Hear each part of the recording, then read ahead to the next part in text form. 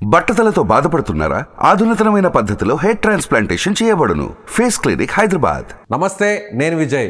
ఏపీలో ఇప్పుడు తాజాగా మరో కూటమి ఏర్పాటు కాబోతుందా? ఇప్పటికే తెలుగుదేశం పార్టీ, బీజేపీ, జనసేన ఈ మూడు పార్టీలు కలిసి ఒక కూటమిగా ఏర్పడ్డాయి. ఇప్పుడు తాజాగా కాంగ్రెస్ పార్టీతో కమ్యూనిస్టులు జతకట్టబోతున్నారా? నిజంగా ఆ పరిస్థితి జరిగితే ఈ కూటమిపై ఎలాంటి ప్రభావం ఉంటుంది? ప్రజలు ఈ కూటమికి ఏ విధంగా సపోర్ట్ చేసే పరిస్థితి ఉంటుంది? దీనిపై విశ్లేషణ చేయడానికి మనతో పాటు Suman TV news chief editor Keshav గారు. నమస్తే కేశవ్ గారు. నమస్తే విజయ్. సో ఇప్పుడు మరొక కూటమి ఏర్పాటు కాబోతుంది. ఎప్పటి నుంచి ఆల్రెడీ ఐఎన్డీఏ కూటమిలో ఈ మూడు పార్టీలు కలిసే ఉన్నాయి. అయితే ఇప్పుడు ఏపీలో ఈ మూడు పార్టీలు కలిసి పోటీ చేస్తే దీనిపై ప్రభావం ఎలా ఉంటుంది? ఇవాళ ఆంధ్రప్రదేశ్లో ఒక ఆసక్తికరమైనటువంటి సమావేశం జరిగింది. ఐక్య వేదిక పేరుతో కాంగ్రెస్ పార్టీ, ఐఎన్డీఏ కూటమిలో ఉన్నటువంటి పార్టీలు, అలానే భావ సారూప్యత కలిగిన రాజకీయ ప్రజా సంఘాలన్నీ కలిపి ఒక సమావేశం నిర్వహించినాయి.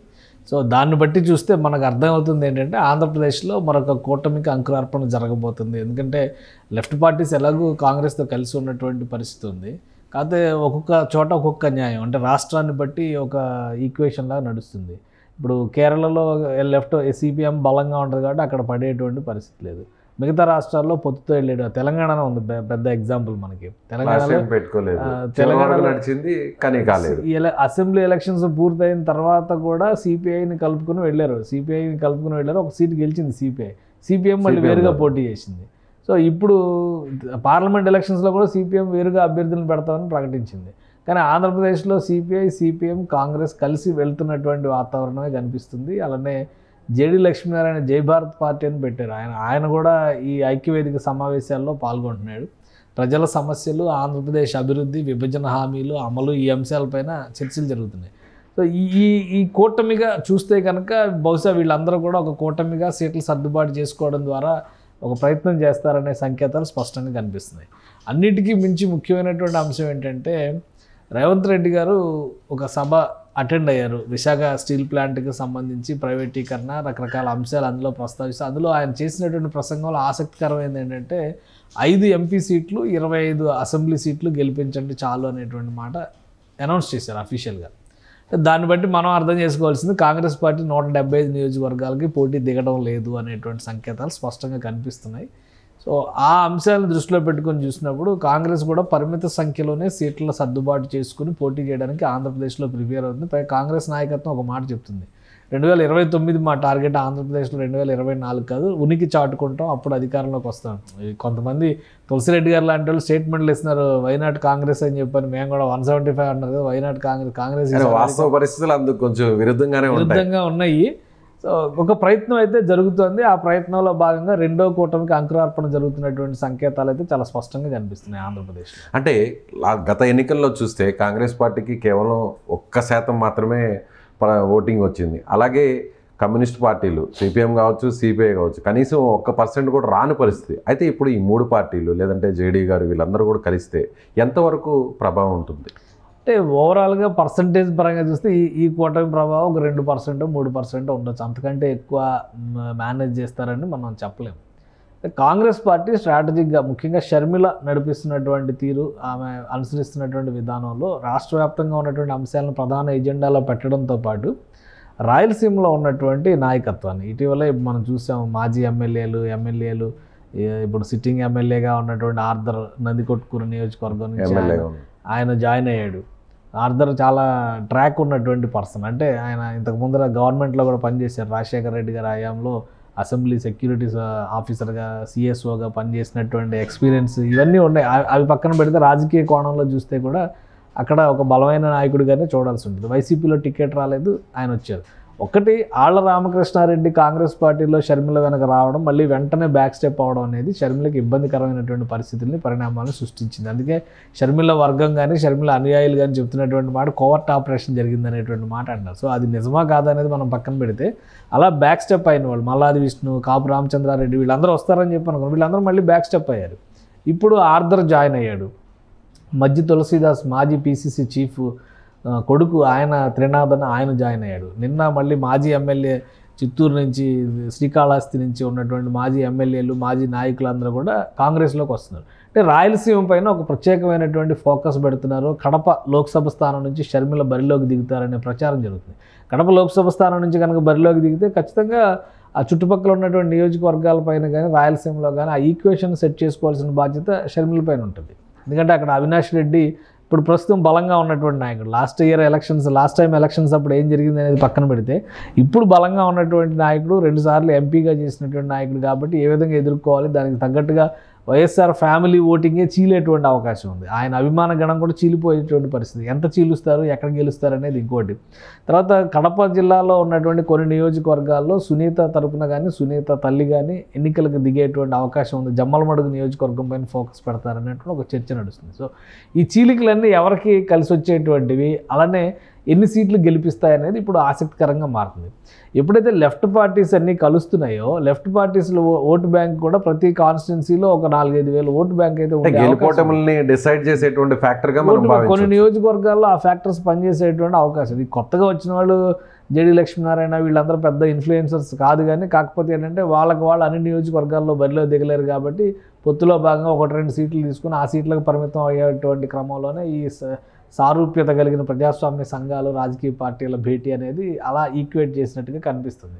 కానీ ఒక 2%, 3% అయినా కానీ అధికార పార్టీకి ప్రధానంగా ఇప్పుడు ఆంధ్రప్రదేశ్లో గెలుపు ఓటమిలు డిసైడ్ అయ్యేది 1 నుంచి 1.5% మాత్రమే డిసైడ్ చేస్తుంది. మిగతా విషయాలు అన్నిటిపైన కూడా ఒక క్లారిటీ ఉంది. ఎన్ని గ్రౌండ్ సర్వేలు చేసినా, ఎన్ని రకాలుగా అభ్యర్థులు ముందుకు మార్చి వెనక మార్చి చూసినా కానీ ఆ లెక్కలు కనిపిస్తున్నటువంటి వాతావరణం. కాబట్టి షర్మిల కానీ కాంగ్రెస్ పార్టీ కూటమి కానీ చేయటం ఏంటంటే అధికార పార్టీకి ఇబ్బందికరంగా పరిస్థితులు సృష్టించాయి. అలానే తెలుగుదేశం కూటమికి, టీడీపీ, జనసేన, బీజేపీ కూటమి అంటే ఎన్డీఏ కూటమికి ఇబ్బందులు సృష్టిస్తాయి అనేది ఆలోచిస్తే ప్రభుత్వ వ్యతిరేక ఓటు చీలకూడదు అన్న ఉద్దేశంతో ఈ కూటమి ఫామ్ అవుతుంది. కానీ ప్రభుత్వ వ్యతిరేక ఓటుని వ్యతిరేకంగా ఆలోచిస్తున్న వాళ్ళు ఈ కూటమికి ఓటు వేసేటువంటి వాతావరణం లేదు అనుకున్న వాళ్ళందరూ కూడా కాంగ్రెస్ కూటమి వైపు మరలేటువంటి అవకాశం ఉంది. ఉదాహరణకి ఇప్పుడు మైనారిటీలు కానీ ఎస్సీ ఎస్టీలు కానీ వీళ్ళందరూ కూడా జగన్ పార్టీతో బాగా అసోసియేట్ అయి ఉన్నారనేటువంటి సంకేతాలు ఉన్నాయి. అలానే సీట్ల సర్దుబాట్లు, మార్పులు చేర్పుల విషయాల్లో కొంత అసంతృప్తి ఉన్నటువంటి వాళ్ళు బీజేపీ కలవడం వల్ల ఎన్డీఏ కూటమి వైపు వెళ్ళడానికి పెద్ద ఆసక్తి చూపించిన వర్గాలన్నీ కూడా షర్మిలతో కలిసి వెళ్ళడానికి ఆసక్తి చూపించవచ్చు. సో ఈ చీలిక అనేది మళ్ళీ జగన్మోహన్ రెడ్డికి ఇబ్బందికరమైనటువంటి పరిస్థితులను సృష్టించవచ్చు అనేటువంటి సంకేతాలు అయితే కనిపిస్తున్నాయి. కాదు ఆ చీలిక పర్సంటేజ్ ఎంత అనేది ఇక్కడ ముఖ్యమైనది. నిజంగానే బలమైనటువంటి నాయకులు వచ్చి కనుక ఒక 10 నియోజకవర్గాల్లో ఆ బలం చూపించేటువంటి పరిస్థితి ఉంటే ఆ లెక్క వేరుగా ఉంటుంది. కానీ గెలుస్తారా లేదా అనేది ఇక్కడ సందేహాస్పదం. కానీ ఓటమిని డిసైడ్ చేసేటువంటి విషయంలో మాత్రం కొన్ని నియోజకవర్గాల్లో ఒక కీలకమైనటువంటి కూటమిగా ఈ రెండో కూటమి, ప్రత్యామ్నాయ కూటమి కింద మనం చెప్తున్నటువంటి కాంగ్రెస్ కూటమి ఖచ్చితంగా ఆంధ్రప్రదేశ్లో ఆ ప్రభావాన్ని చూపించేటువంటి అవకాశాలు అయితే కనిపిస్తున్నాయి. సో ఎక్కడ దేశవ్యాప్తంగా చూస్తే అనేక రాష్ట్రాల్లో జాతీయ స్థాయిలో కూడా చూస్తే ఎన్డీఏకి ప్రత్యామ్నాయము లేదంటే ప్రత్యర్థి కూటమిగా ఉండేటువంటి ఐఎన్డీఏ ఇక్కడ ఏపీలో మాత్రం ఇక్కడ ఒక రకంగా చెప్పాలంటే వైసీపీకి వ్యతిరేకంగా మారుతుంది అనుకోవచ్చు. ఒక రకంగా ఈ కూటమికి ఎన్డీఏ కూటమికి కాస్త మరీ అంత వ్యతిరేకత ఉండే పరిస్థితి ఉండకపోవచ్చు. అంటే ఒకటి ఐఎన్డీ కూటమిలో ఉన్నటువంటి ప్రధానమైన సమస్య ఏంటంటే కొన్ని రాష్ట్రాల్లో ఆ పార్టీకి సంబంధించిన ఆ కూటమిలో ఉన్నటువంటి పార్టీలో ప్రధాన ప్రత్యర్థులుగా మారుతున్నాయి. అది జనంలో విశ్వసనీయతను తీసుకురావట్లా. ఉదాహరణకి ఇప్పుడు ఢిల్లీలో కానీ పంజాబ్లో కానీ చూస్తే కాంగ్రెస్ వర్సెస్ ఆమ్ ఆద్మీ పార్టీ కనిపిస్తుంది. కానీ ఐఎన్డీఏ కూటమిలో ఆ 2 పార్టీలు మళ్ళీ కీలక భాగస్వాములు. ఇక్కడ సమస్య వస్తుంది.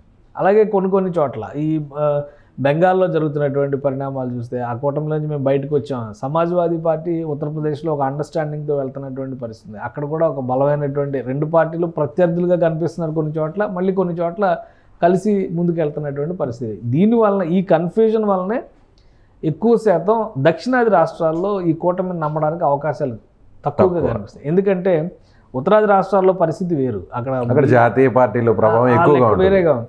దక్షిణాది రాష్ట్రాల్లో వచ్చేసరికి తమిళనాడులో మినహా మిగతా అన్ని చోట్ల అదే కన్ఫ్యూజన్ ఎదురవుతున్నటువంటి పరిస్థితి ఉంది. ఇప్పుడు దక్షిణాది రాష్ట్రాల్లో తమిళనాడులో సీట్ల అనౌన్స్మెంట్ కూడా అయిపోయినాయి. 39 లోక్సభ స్థానాలు ఉంటే బలమైనటువంటి పార్టీ అయినప్పుడు కూడా డిఎంకే 21 స్థానాల్లోనే పోటీ చేయాలని డిసైడ్ చేసింది. అంటే 50% వదులుకుంటున్నటువంటి పరిస్థితి. కాంగ్రెస్కు 9 సీట్లు ఇచ్చింది. ఇవి మళ్ళీ ఎన్డీఏ కూటమికి కానీ లేదా బీజేపీకి కానీ ఎలా కలిసి వస్తాయి అనేది మనం చూడాల్సి ఉంటుంది. ఇక్కడ ఆంధ్రప్రదేశ్లో పరిస్థితి చూస్తే కనుక ఆంధ్రప్రదేశ్లో ఉన్న కూటమి విషయంలో 2 ప్రాంతీయ పార్టీలు కూడా బలమైన పార్టీలు ఉన్నాయి. అక్కడ కాంగ్రెస్ పార్టీకి ఉన్నటువంటి స్పేస్ చాలా వరకు తగ్గిపోయింది. అందుకని ఆంధ్రప్రదేశ్లో కాంగ్రెస్ రివైవ్ అవ్వడం అనేది కొంత కష్టమైనటువంటి, జాతీయ స్థాయిలో ఉన్నటువంటి పరిస్థితులు ఎలా ఉన్నాయి, ఆంధ్రప్రదేశ్లో ఉన్న పరిస్థితులు పెద్ద భిన్నంగా లేవు. తెలంగాణ కర్ణాటకలో పరిస్థితి వేరు. ఇప్పుడు అధికారంలో ఉన్నటువంటి పార్టీగా కాంగ్రెస్కి ఒక పట్టు ఉంది అక్కడ. అలానే మిగతా పక్షాలను కంట్రోల్ చేశారు. తెలంగాణలో మిగతా పక్షాలు అంటే వామపక్షాలు తప్పితే వేరే లేవు. వామపక్షాల్లో కూడా మళ్ళీ ఒక పక్షం అటు ఒక పక్షం ఇటు ఉంది. లెఫ్ట్ రైట్ కొడుతున్నటువంటి పరిస్థితి ఉంది. కాబట్టి ఇక్కడ పెద్ద గేమ్ చేంజర్స్ కూడా కాదు left parties. Last time Revanth Reddy CM అయిన తర్వాత ఒక ప్రకటన చేశారు, మీరు కలిసి వస్తే మేము ఒక సీట్ అన్న ఇస్తామని. కలవకుండా ఇప్పుడు మళ్ళీ లోక్సభ స్థానం మాకు ఒకటి ఇస్తేనే మేము ఇదనేటువంటి విషయంలో సిపిఎం వేరుగా పోటీ చేయాలని డిసైడ్ చేసింది. లాస్ట్ టైం ఎన్నికల్లో అసెంబ్లీ ఎలక్షన్స్లో సిపిఎం పార్టీ రాష్ట్ర సెక్రటరీకి వచ్చిన ఓట్లు 5,000 దాటలా. సిపిఐ పొత్తులో వెళ్ళడం వల్ల ఒక సీట్ గెలుచుకున్నటువంటి పరిస్థితి ఉంది. కాబట్టి ఇక్కడ కీలరికి వాత పెట్టాలంటారు కదా, ఇక్కడ పరిస్థితి తెలియదు. ఆ రకంగా సిపిఎం తొందరపడి నష్టపోయింది అనుకోవచ్చు. నష్టపోయింది. మళ్ళీ మేము మైత్రి అని చెప్పానంటే మళ్ళీ ఇప్పుడు అదే ప్రగల్భాలకు పోతున్నటువంటి పరిస్థితి ఇక్కడ ఉంది. సో ఈ లెక్కల ప్రకారం చూస్తే కనుక ఆంధ్రప్రదేశ్లో అంత బలం ఉన్నటువంటి పార్టీలుగా సిపిఐ సిపిఎంలను ఎక్కడ పరిగణించేటువంటి పరిస్థితి లేదు. 2-3 నియోజకవర్గాల నుంచి ఎక్కడ కనిపిస్తున్నటువంటి దాఖలాలు లేవు. సో ఆ ఈక్వేషన్స్ పరంగా సీట్ల సర్దుబాటు కొంత సులువు అవుతుంది. అలానే ఆంధ్రప్రదేశ్లో కాంగ్రెస్ పార్టీ అనుసరిస్తున్నటువంటి విధానం కూడా ఎక్కువ సీట్లో మేము పోటీ చేయాలనేటువంటి ఆశ కంటే బలమైన సీట్లు ఎంచుకునేటువంటి ప్రయత్నమే కాంగ్రెస్ పార్టీ చేస్తున్నట్టుగా కనిపిస్తుంది. అందుకనే అక్కడ పెద్ద సమస్య కాకపోవచ్చు పొత్తు అనేది, ఎందుకంటే అది ఎంత చూసినా కానీ మూడో ప్రత్యామ్నాయంగానే కనిపిస్తున్నటువంటి పరిస్థితి. అది ఎంతవరకు కలిసి వస్తుంది అంటే 2029 ఎలక్షన్స్ కానీ మేము ఒక రూట్ మ్యాప్ వేసామన్నారు కాబట్టి ఆ రూట్ మ్యాప్కి కొంత ఓట్ షేర్ అనేది ఇప్పుడు కన్సాలిడేట్ అయితే కాంగ్రెస్లో షర్మిల నాయకత్వం స్థిరంగా కనుక కొనసాగితే అది ఒక ఆకర్షణగా మారేటువంటి అవకాశం కనిపిస్తుంది. అలా లేని పక్షంలో కనుక మళ్ళీ ఈ ఎలక్షన్స్ తర్వాత నామమాత్రమైనటువంటి నామపాత్రమైనటువంటి పాత్రగా మారేటువంటి పరిస్థితి. ఏ సర్వే చూసినా కానీ ఆంధ్రప్రదేశ్లో 2 పార్టీలు గెలుస్తాయి అన్నారు. అంటే కూటమి పరంగా చూస్తే కూడా ఎన్డీఏ వర్సెస్ వైసీపీ. కనీసం 2 సీట్లన్నా కాంగ్రెస్ పార్టీ గెలుచుకోగలిగితే కాంగ్రెస్ వాదనకి, కాంగ్రెస్ చేసేటువంటి పోరాటాలకి విలువ ఉంటుంది. అసలు సీట్లు 0 అయిపోయినటువంటి పక్షంలో మనం 2014లో చూసాం, 2019లో చూసాం. తర్వాతకి అభ్యర్థులను ఎదుర్కోవాల్సినటువంటి పరిస్థితి. జాతీయ పార్టీ అనేటువంటి ఒక అస్తిత్వం మినహా కాంగ్రెస్ పార్టీ నామరూపాలు లేకుండా పోయేటువంటి ప్రమాదం ఉంది. ఈ అంశాలను గుర్తెరిగారు కాబట్టే ఈ భావ సారూప్యత కలిగినటువంటి పార్టీలని, కూటమిని, అలానే ఎన్డీఏకి వైసీపీకి చెందని పక్షాలన్నింటినీ కూడా ఒక దగ్గరకు తీసుకునేటువంటి ఎత్తుగడని షర్మిల అనుసరిస్తున్నట్టుగా కనిపిస్తుంది ఆంధ్రప్రదేశ్లో. సో దీనికి షర్మిలనే నాయకత్వం వస్తున్నారు అనుకోవచ్చు. ఖచ్చితంగా దానికి లీడ్ తీసుకునేటువంటి అవకాశం ఇప్పుడు ఉన్నటువంటి పీసీసీ చీఫ్గా షర్మిలని తీసుకునే. ఇంకోటి ఏంటంటే కాంగ్రెస్ పార్టీలో అంత బలమైన నాయకత్వం లేదు. మొన్నటి పీసీసీ చీఫ్ల పరిస్థితి కూడా అయోమయంగా ఉన్నటువంటి పరిస్థితి. కాబట్టి ఇప్పుడు ఒక దిశానిర్దేశం చేసేటువంటి శక్తి సామర్థ్యాలు షర్మిలకు ఉన్నాయి కాబట్టి కూటమి కట్టడానికి కూడా అవకాశాలు మెరుగుపడినటువంటి సంకేతాలు కనిపిస్తున్నాయి. Right sir. సో ఏపీలో ఇప్పుడు కొత్తగా ఏర్పాటు కాబోతున్నటువంటి కాంగ్రెస్ నేతృత్వంలో ముఖ్యంగా షర్మిల నాయకత్వంలో ఏర్పాటయ్యేటువంటి ఈ కూటమికి ఖచ్చితంగా వామపక్షాలతో పాటుగా జేడీ గారి పార్టీకి సంబంధించినటువంటి నాయకులు కూడా చేరే అవకాశం ఉంది. అయితే ఇప్పుడు ఈ కూటమి సాధించేటువంటి సీట్ల కంటే కూడా ఈ కూటమి సాధించేటువంటి ఓట్ల శాతం మీద ఇప్పుడు ప్రధానంగా దృష్టి సారించే పరిస్థితి ఉంటుంది. ఎందుకంటే ఈ కూటమి సాధించేటువంటి ఓట్ల శాతం ఖచ్చితంగా ప్రధాన పార్టీలకు సంబంధించినటువంటి గెలుపోటములను శాసించే స్థాయిలో ఎంతవరకు ఉంటుందో కూడా మరి వచ్చే ఎన్నికల్లో చూడాల్సినటువంటి పరిస్థితి. Thank you so much. Suman టీవీలో మీ పర్సనల్ అండ్ బిజినెస్ ప్రమోషన్స్ కోసం కింది నెంబర్కి కాంటాక్ట్ చేయండి.